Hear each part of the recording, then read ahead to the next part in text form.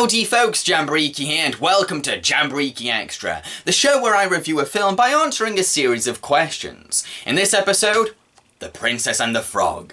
The Princess and the Frog is a fantasy musical set in New Orleans. It's about a hard-working waitress called Tiana, who's trying to save up to afford to start her own restaurant business. Meanwhile, a handsome foreign prince called Naveen has come to visit New Orleans in search of a bride. Luckily for him, Tiana's rich best friend Charlotte wants to marry a prince. Unfortunately, a money-hungry shadow man called Dr. Facilier tricks Naveen and turns him into a frog. Later, Naveen bumps into a very sad Tiana, who's just lost a business opportunity. He promises to use his royal wealth to help Tiana get her restaurant in trade for a kiss to end the curse, little knowing that the prince's financial ties with his parents have been cut off. The kiss just makes things worse though, and turns Tiana into a frog too. So Tiana and Naveen go on an adventure through the bayou to find the mystical Mama Odie, to help turn them human again. Along the way, they meet many quirky talking animals who are willing to help them. Meanwhile, Dr. Facilier is using Naveen's blood to transform his servant Lawrence into the prince's doppelganger, so that he can marry into Charlotte's wealth and riches.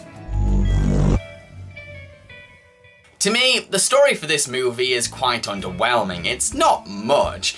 When it comes down to it, it's just two frogs hopping along a bayou as they meet eccentric characters, argue with each other, and start having feelings for one another.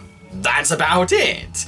Yeah, there's conflicts now and again, but these dangers are quickly taken care of like that. Or someone else takes care of them like that. Yes, there's a villain in this movie, but he's kind of busy doing his own thing somewhere else. He does send his minions after the frogs, but like I said, any conflicts that happen in this movie, solved like that. The villain doesn't really become a legitimate threat until towards the end of the film, so yeah. The story of this movie, it's not that great. What also bugs me is that the film has a needlessly convoluted setup that took me 3 paragraphs to explain at the beginning of this review. Why have such a complicated setup for an underwhelmingly oversimplistic story? If you're going to have a complex premise, then at least make a detailed, extravagant narrative out of it. Even though I think the story for this movie is pretty flat, there's a couple of things that save this movie, and one of them has to be the characters. I love them, they are awesome! Tiana is an inspiring hard worker full of determination, and Naveen is a cheeky chap with a silly, cocky attitude. Plus the characters they meet are brilliant, from the easily excitable Louis with his childlike charm and passion for music, to the friendly Cajun-voiced Firefly Ray, whose thick accent and humble sensibilities make him a show stealer. Dr. Facilier may have a cliché motivation of wanting to be rich, but he still serves as a very entertaining, dark, mysterious villain. And when we finally meet Mama Odie, there's no disappointment, because she's a riot thanks to her hilarious, eccentric nature. I really love these characters. Now, I have heard people make complaints about Tiana's best friend Charlotte, and I can see why. She's very much a blonde stereotype. But, to me, she's like an exaggerated parody of old-fashioned Disney princesses, despite not being a princess herself, and her diva-like personality makes her incredibly funny. Sure, she's not a progressive role model like Tiana, but she's not meant to be. I simply see her as a funny comic relief character that takes the mick out of a dated trope. This movie was directed by Ron Clements and John Musker, two iconic Disney filmmakers renowned for their colourful, cartoony visual style. I adore the animation for this film, and the director's fingerprints are all over it. Not only is it highly expressive, beautifully fluid, and superbly charismatic, but it's also painted with a wide variety of strong, vibrant colours. The Princess and the Frog displays a bountiful array of rich movements, romantic character animation, stunning images, and hints of dark elements that result in a very lively production. This is honestly one of the best looking Disney movies I've ever seen.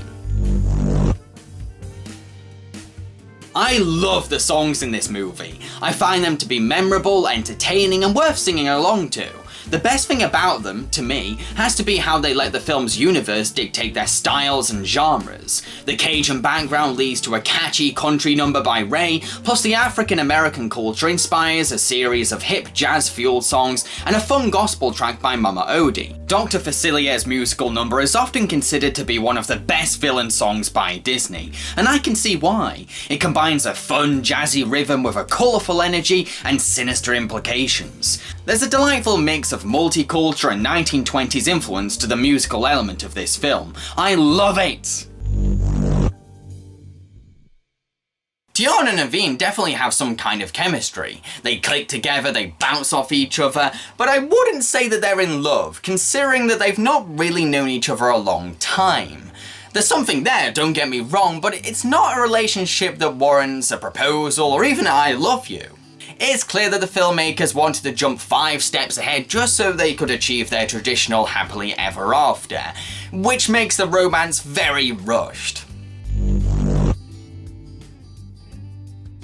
I'm a little shaky about the message of this film. On the surface, it wants to teach people to be hardworking and responsible, but also appreciative of loved ones. Sure, the film highlights Tiana's dad's family values now and again, but unfortunately the execution of the message in Tiana's context is questionable. Because so much emphasis is put on Tiana's relationship with Naveen, I read the message as, Tiana needs to settle down and be with a man. A pretty old-fashioned message if you ask me. It doesn't matter if this wasn't the filmmaker's intentions. The end result can be read this way.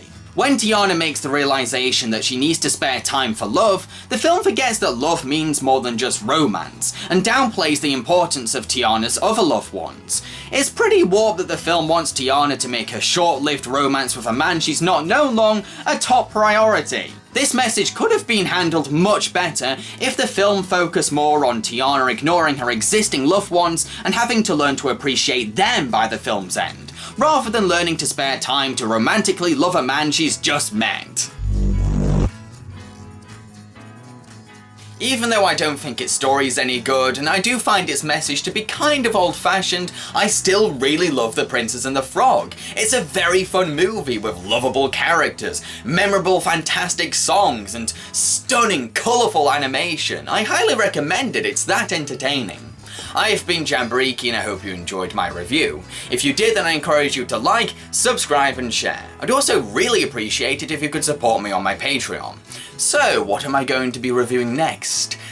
It's a film called Corpse Bride. And if you have any suggestions for what kind of questions I can ask myself about this movie, then comment below. Cheerio, folks!